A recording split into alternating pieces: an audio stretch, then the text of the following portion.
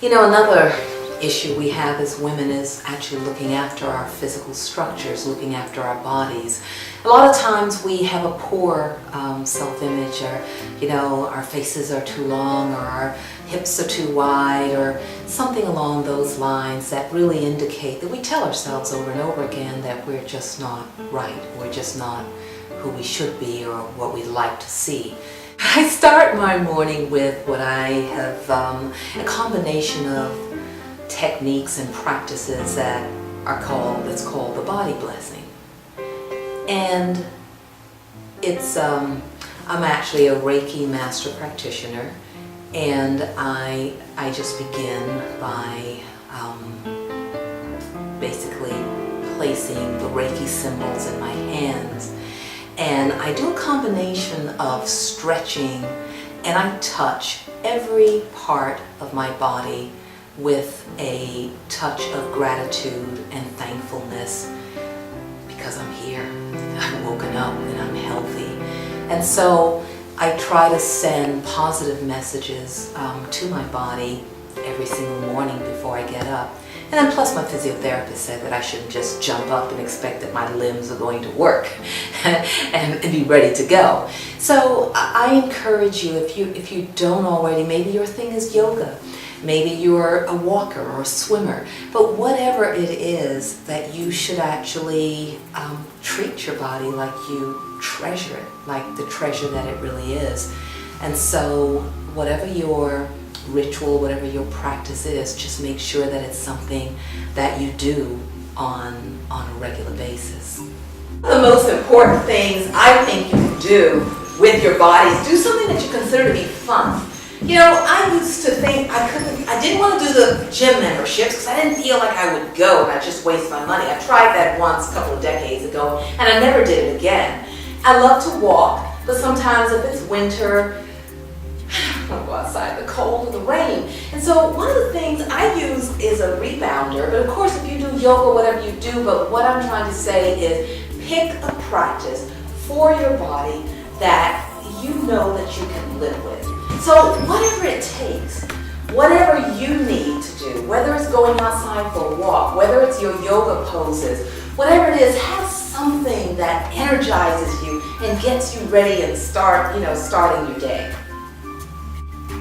There's so many people in this country who want to lose weight, and a lot of times, anything that requires that much attention,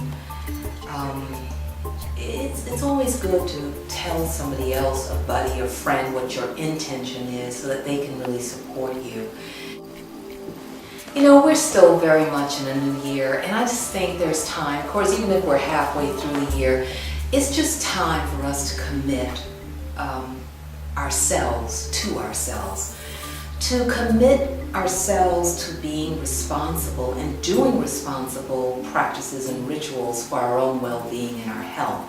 I think drinking lots of water is a ritual. It's amazing how many of us know we're supposed to drink 8 glasses of water a day, but we don't do it.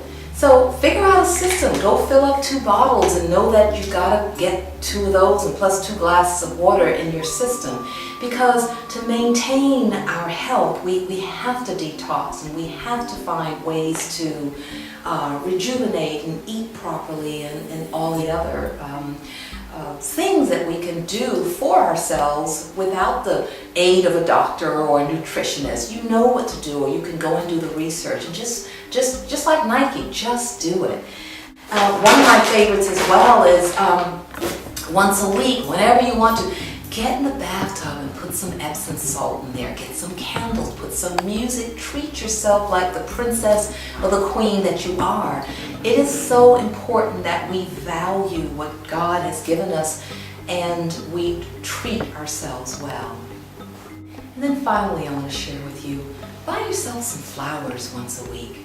Put them right outside your bedroom or put them on your dresser and kiss them every morning as you're going out the door. Kiss the roses and just be grateful for their smell and for the feel of the petals on your lips. I know it sounds a little kooky or crazy, but these are things that can little systems, little practices that will actually bring you a lot of joy. And then also, before you rush out the door, a lot of times we've had this bad habit of treating breakfast. You grab something and your coffee, and then you take it all to the car, and you're driving and trying to stuff down breakfast.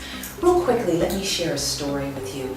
I watched a man build a water drum, and he had the hide, he had the bowl, and he had all these little things, all these parts of the drum on the floor. And we were all sitting there listening and waiting for him to put his drum together. And I watched the way he took the drum, and then he took the skin, and then he used whatever he used to tighten it over it. And we listened to the most mesmerizing music. And then I watched him dismantle it. Oh, and he had to put water in it as well, because that's part of what makes the sound so beautiful. And so we watched him dismantle it. And you know what I took home from that? When I came back home, and this is what I mean about hearing something that works for you in your practical everyday life and then incorporating it.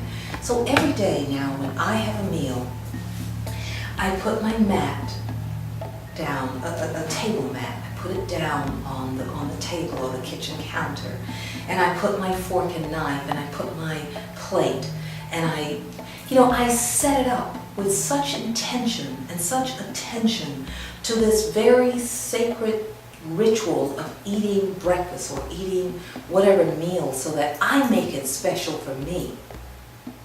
So what I learned from the man who was playing the drum is that the preparation and the laying out of the special tools and implements that we need to move through whatever it is. So he was moving through playing the music, but it was just as important the way in which he built his drum.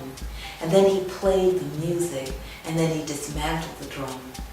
So for you, every time you're sitting down to a meal, especially in your own home, and if you happen to be alone, is to set your plate, set your mat, set your napkins and your cutlery. Make it special. Put a candle, because you are preparing something that is going to be nutritious to your system. Everything about you is special. So treat yourself like you believe it. Thank you.